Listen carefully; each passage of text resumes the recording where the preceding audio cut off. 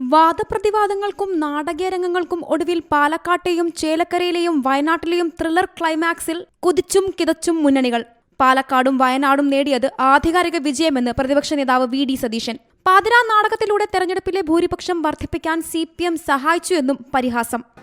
ശ്രീ ഷാഫി പറമ്പിൽ 2021 വിജയിച്ചതിൻ്റെ ഏകദേശം 5 ഇരട്ടിയോളം ഭൂരിപക്ഷത്തിനാണ് ശ്രീ രാഹുൽ മാങ്കൂട്ടത്തിൽ നിയമസഭയിലേക്ക് പോകുന്നത്. കാരണം ഇത്രയും ഭൂരിപക്ഷം ആക്കി തന്നത് അവർക്കൊരു പങ്കുണ്ട്. ഞാൻ പറഞ്ഞില്ല 15,000 വരെ ഞങ്ങളുടെ കഠിനാധ്വാനവും പ്രവർത്തനവും നിൽക്കുള്ളൂ.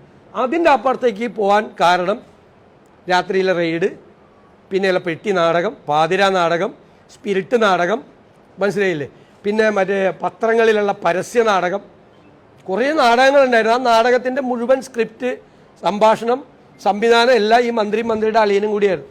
തെരഞ്ഞെടുപ്പിൽ നല്ല രീതിയിലുള്ള മുന്നേറ്റം കാഴ്ചവെക്കാനായെന്ന് CPM സംസ്ഥാന സെക്രട്ടറി MV ഗോവിന്ദൻ. കഴിഞ്ഞ പ്രാവശ്യം 3ാമത്തെ സ്ഥാനത്തേക്ക് പോകുമ്പോഴും ഞങ്ങളും BJP തമ്മിലുള്ള വ്യത്യാസം വളരെ കൂടുതലാണ്. 10,000 കണക്കിന് വോട്ടിരിക്കുകയാണ്. ഇപ്പോൾ 3,000 വോട്ടിൻ്റെ വ്യത്യാസമേ ഉള്ളൂ. എന്ന് പറഞ്ഞാൽ വളരെ വേഗം ഞങ്ങൾ അവിടെ മെയിൻ സ്ട്രീമിലേക്ക്, മത്സരരംഗത്തേക്ക് വരാൻ ശേഷിയുള്ള മുന്നണിയായിട്ട് മാറും. അപ്പോൾ ഞങ്ങൾ പരസ്പരം മത്സരിക്കും.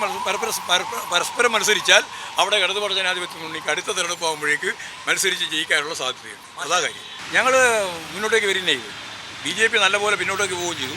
ഞങ്ങൾ കുറച്ചുകൂടി മുന്നോട്ടേക്ക് അഡ്വാൻസ് ചെയ്യുന്നു. പിന്നെ സംതൃപ്തിയാകുക എന്ന് പറഞ്ഞാൽ 3 പാർലമെൻറ്റ് മണ്ഡലവും അസംബ്ലി മണ്ഡലമെല്ലാം ജയിക്കണം. അന്നേരം സംതൃപ്തിയാവുള്ളൂ, അല്ലെങ്കിൽ സംതൃപ്തിയാവുള്ളൂ. തെരഞ്ഞെടുപ്പിൽ കാര്യമായ നേട്ടമുണ്ടായില്ലെന്ന് വിശദീകരിച്ച BJP സംസ്ഥാന അധ്യക്ഷൻ K സുരേന്ദ്രൻ, വയനാട്ടിലെ പ്രിയങ്ക ഗാന്ധിയുടെ വൻ ഭൂരിപക്ഷം നേടിയുള്ള വിജയം സംസ്ഥാന രാഷ്ട്രീയത്തിൽ ഒരു മാറ്റത്തിനും കാരണമാകില്ലെന്നും വിമർശിച്ചു. കഴിഞ്ഞ പ്രാവശ്യത്തെ സിറ്റിംഗ് സീറ്റുകൾ എല്ലാവരും നിലനിർത്തി എന്നതൊഴിച്ചാൽ പ്രത്യേകിച്ച് എന്തെങ്കിലും പരിണാമങ്ങൾ ഉണ്ടായി എന്ന് കണക്കാക്കാനാവില്ല. വയനാട്ടിൽ പ്രിയങ്ക ഗാന്ധി വലിയ ഭൂരിപക്ഷത്തോടെ വിജയിച്ചു എന്നുള്ളത് സംസ്ഥാന രാഷ്ട്രീയത്തിൽ എന്തെങ്കിലും ഒരു മാറ്റത്തിന് കാരണമാകുന്ന ഫലമല്ല. കഴിഞ്ഞ 20 വർഷത്തോളമായി CPM കൈവശം വയ്ക്കുന്ന ചേലക്കര മണ്ഡലം അവർ തന്നെ തിരിച്ചുപിടിച്ചു.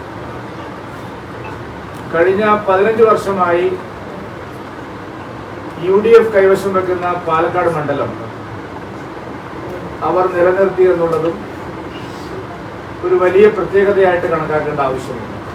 ചേലക്കരയിൽ ഇടതുകോട്ട നിലനിർത്താനായ ആത്മവിശ്വാസം LDF മുറുകെ പിടിക്കുമ്പോൾ പാലക്കാട്ടെ ചരിത്ര ഭൂരിപക്ഷവും വയനാട്ടിലെ വിജയവും UDF-നും കരുത്തേകുന്നു.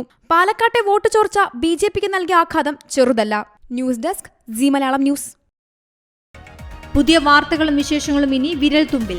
എല്ലാ ഡിജിറ്റൽ പ്ലാറ്റ്ഫോമുകളിലും ഇപ്പോൾ ജി മലയാളം ന്യൂസ് ലഭ്യം.